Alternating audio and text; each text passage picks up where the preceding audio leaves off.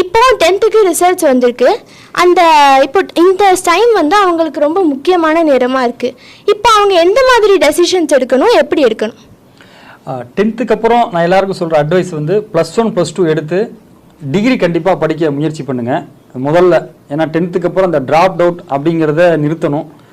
கண்டிப்பாக மேலே படிக்க முயற்சி பண்ணுங்கள். இன்றைக்கி வந்து அரசாங்கம் வந்து பல்வேறு அரசு பள்ளிகளாக இருக்கட்டும், இன்னும் அரசு உதவி பெறும் பள்ளிகளாக இருக்கட்டும், ரொம்ப குறைந்த செலவில் நம்ம படிக்கிறதுக்கு வழிவகைகள் செஞ்சுருக்கிறாங்க. அதனால் முதல்ல இந்த ட்ராப் அவுட் அப்படிதை வந்து நமக்கு கட்டாயமாக அதை தடுத்து நிறுத்தணும்.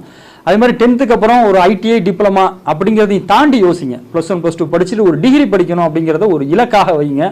10வது முடிச்சுட்டே சம்பாதிக்கிறது இல்லைனாக்க அது முடிச்சுட்டு ஒரு டிகிரி ஒரு டிப்ளமா கோர்ஸ் இல்லை ஒரு ITI அந்த மாதிரி போய் உடனே சம்பாத்தியம் அப்படிங்கிற அந்த ஒரு குறிக்கோளை கைவிட்டுட்டு உயர்ந்த இலக்குகளோடு ஒரு கலெக்டர் ஆகணும், ஒரு டாக்டர் ஆகணும், இல்லை ஒரு பெரிய இன்ஜினியர் ஆகணும், இல்லை ஒரு நீதிபதி ஆகணும், அந்த மாதிரி ஒரு உயரிய இலக்குகளை நீங்கள் வந்து செட் பண்ணி வச்சு அதை நோக்கி நகர்வதற்கு முதல்ல முயற்சி செய்யுங்க. இதை வந்து ஒரு அடிப்படையாக சொல்லிக்கிறேன். ஏன்னா பலர் வந்து 10th அப்புறம் ட்ராப் அவுட் ஆயிடுறாங்க. அப்படி இல்லைன்னா கூட பெரும்பாலும் அந்த ஒரு வருஷ டிப்ளமா, ஒரு வருஷ சர்டிஃபிகேட் கோர்ஸ், டிப்ளமா கோர்ஸ்னு போயிடுறாங்க. அப்படி இருக்கக்கூடாதுங்கிறத முதல் செய்தியாக சொல்கிறேன். இன்னைக்கு பார்த்தீங்க அப்படின்னாக்கா இப்போ +1 அப்படின்னு போனோம்னா மேத்தமேட்டிக்ஸ் இருக்கிற குரூப் எடுக்கிறது நமக்கு சிறந்தது.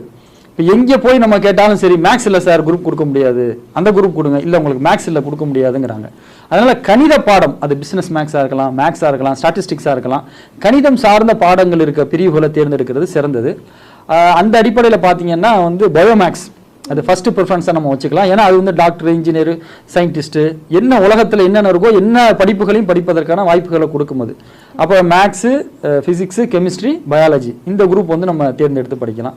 ரெண்டாவதாக வந்து மேக்ஸு, கம்ப்யூட்டர் சயின்ஸு, மெடிக்கலை தவிர மற்ற எல்லா படிப்புகளுமே இந்த பிரிவில் தேர்ந்தெடுத்து படிக்கலாம்.